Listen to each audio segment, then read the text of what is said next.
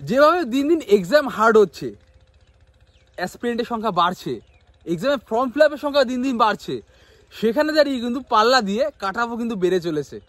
তো কেনই বা এই কাট অফগুলো দিন দিন বেড়ে চলেছে, আর বিগত বছরের কাট অফগুলো কীভাবে দিন দিন বেড়েছে এবং কত কত আগে ভ্যাকান্সি ছিল, কী হিসাবে কাট অফগুলো বেড়েছে, সেটা নিয়ে পুরো ডিটেলসে আলোচনা করব।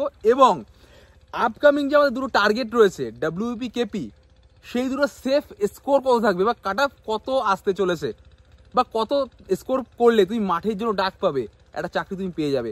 তো সেটা নিয়ে ডিটেলসে আলোচনা করছি। তো চলো ভিডিওটা প্রথমে শুরু করছি, দেখতে থাকো, আশা করি অনেকটা হেল্পফুল হবে।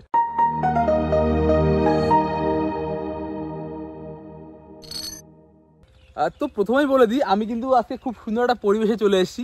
আর তোমরা অবশ্যই কমেন্ট করে জানাও আমার পিছনে এই যে বাগান রয়েছে, এটা কিসের বাগান। এটা কিন্তু তোমরা পড়াশোনার ক্ষেত্রে অনেক সময় দেখে থাকো, এটা বেশিরভাগ নর্থ বেঙ্গলের দিকে হয়, ঠিক আছে। এটা হিন্টস দিয়ে দিলাম, তোমরা অবশ্যই কমেন্ট করে জানাও।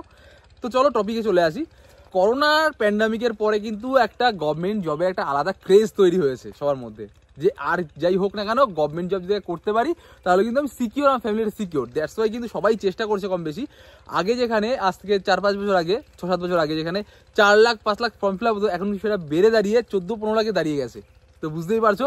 তো চলো প্রিভিয়াস ইয়ারে কীভাবে ভ্যাকান্সি বেরোতো, কত সংখ্যক ভ্যাকান্সি বেরোতো এবং কীভাবে কাট অফ বেরোতো, কতটা কাট অফ হলেই আগে পুলিশে কি পাওয়া যেত, সেটা নিয়ে একটু ডিটেলসে আমি বলে দিই। শুরু করছি 2015 সাল থেকে। 2015 সাল থেকে আমি শুরু করছি। 2015 সালের টোটাল ভ্যাকান্সি ছিল 4282টা। 4282টা ভ্যাকান্সি ছিল এবং সেখানে দাঁড়িয়ে কিন্তু 3 লাখের মতো স্টুডেন্ট ফর্ম ফিল আপ করেছিল বা ক্যান্ডিডেট ফর্ম ফিল আপ করেছিল।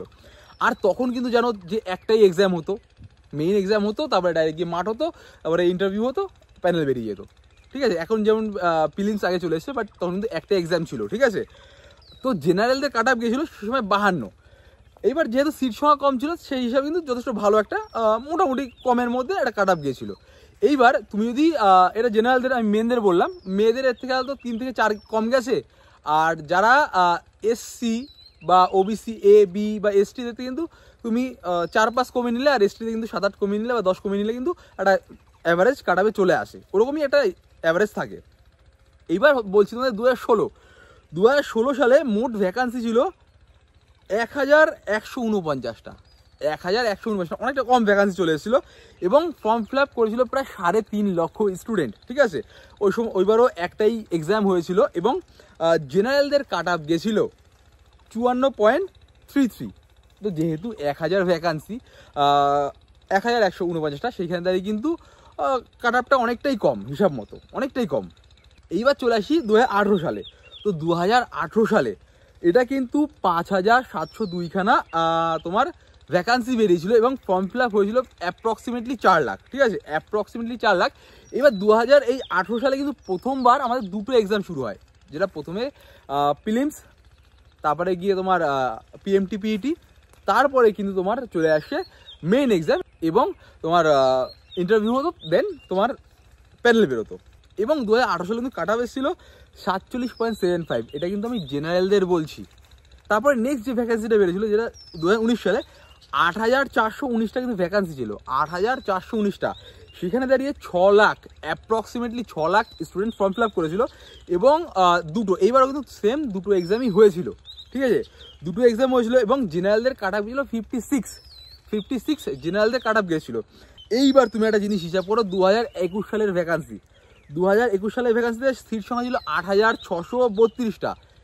এইবার দেখো 2019-এর পরে এটা করোনার একটা ভাইব ছিল, ঠিক আছে, করোনাটা শুরু হয়ে গেল, সেইখানে তারা কিন্তু অ্যাপ্লাই করার সংখ্যা মানে ক্যান্ডিডেট সংখ্যা ডবল হয়ে গেল। 2019 সালে ছিল 6 লাখ, সেখানে কিন্তু 2021 সালে 12 লাখ হয়ে গেল। 12 লাখ মানে বুঝতে পারছো কত টাফ হয়ে গেল। তো 12 লাখ হয়ে গেল। সেখানেও কিন্তু 2000 আমাদের লাস্ট যে এক্সামটা হলো, যেটাতে আমরা পেয়েছি 2021 সালের ভ্যাকান্সিটা, সেটা কিন্তু দুটো এক্সাম হয়েছে। ফার্স্টে প্রিলিমসের পর তোমার পিএমটিপিইটি, দেন তোমার মেইন রিটেন এক্সাম, তারপরে কিন্তু ইন্টারভিউ হলো, দেন প্যানেল বেরিয়েছিল। এবং সেটাতে কিন্তু একটা ভ্যাকান্সির যে কাট অফটা বেরিয়েছিল 58.75 জেনারেলদের 58.75, মানে বুঝতে পারছো কতটা বেড়ে গেছে কাট অফটা। এইবার তুমি একটা জিনিস হিসাব করো, আগে যেরকম 2015-16 সালে 3000-4000 ভ্যাকান্সি বেরোতো, সেই রকম 3000-4000 যদি ভ্যাকান্সি এখন বেরোতো তাহলে কিন্তু কাট আপ সেই 80-90 চলে যেত। সে একটা হিসাব করলে, সেই হিসাব করলে কিন্তু এখন কাট আপটা অনেকটা হাই। তো 58.75 মেয়েদের সম্ভবত এর থেকে 2 বা 3 কম গেছিলো বা 4 কম গেছিলো। এইবার বলি যে নেক্সট 2024 সালের তোমার অ্যাপ্রক্সিমেটলি কেমন একটা সেফ স্কোর থাকবে। প্রতি বছরে কিন্তু 3, 4, 5, 6 এরকম করে বাড়ছে, ঠিক আছে, কমছে কিন্তু না, সিট সংখ্যা বাড়ছে প্লাস কাট আপও বাড়ছে। এইবার 2024 সালের কিন্তু কাট আপটা একটা ডিফিকাল্ট বিষয়, অনেকেই নিজের মন গড়া হিসাবে বলছে, বাট আমি তোমাদের বলে দিই একটা অ্যাপ্রক্সিমেটলি আইডিয়া আমি দিতে পারি, বাট আমি কিন্তু কনফার্ম বলতে পারছি না, এটা কনফার্মটা কেউই বলতে পারে না। আমি একটা জাস্ট বিগত বছরেরগুলো অ্যানালিটিক্স করে এবার সিট সংখ্যা বা ফর্ম ফিল আপ কীরকম হয়েছে তার বেসিসে তোমাদের একটা আইডিয়া দিচ্ছি।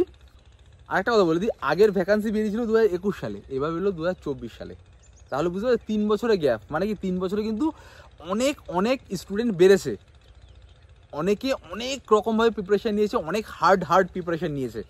সেখানে দাঁড়িয়ে তুমি বুঝতেই পারছো কাট আপটা কতটা হতে চলেছে। তাও আমি একটা অ্যাপ্রক্সিমেটলি তোমাদের বলে দিই, 60 থেকে 65-70-এর মধ্যে একটা যদি টার্গেট বা গোল তোমার সেট করতে পারো, ঠিক আছে। দেখো যেহেতু একটা এক্সাম, ঠিক আছে, প্রিলিমসের কোনো গল্প নেই, সেখানে কিন্তু কাট আপটা একটু হাই করতে হবে তোমার, সেভাবেই তোমার প্রিপারেশান নিতে হবে। আগে যেরকম কিনা কোনো রকমভাবে প্রিলিমসে তুলে দিই, তারপরে কিন্তু আমি গিয়ে মেনের জন্য এক্সট্রাভাবে খাটবো, আলাদাভাবে খাটবো, সেটা কিন্তু এখন কোনো জায়গা নেই, এই একটাই কিন্তু মেন এক্সাম, তো সেইভাবেই খাটতে হবে আমাদের। তুমি 60 থেকে 70-এর ভিতর রাখো, আশা করি তুমি 65 রাখো, তাহলে কিন্তু তুমি একটা মাঠের জন্য ডাক পাবে, এবং তোমার কিন্তু সামনে যে চাকরি পাওয়ার যে একটা গোল আছে, তোমার লক্ষ্য আছে, সেটা কিন্তু অবশ্যই পূরণ হয়ে যাবে।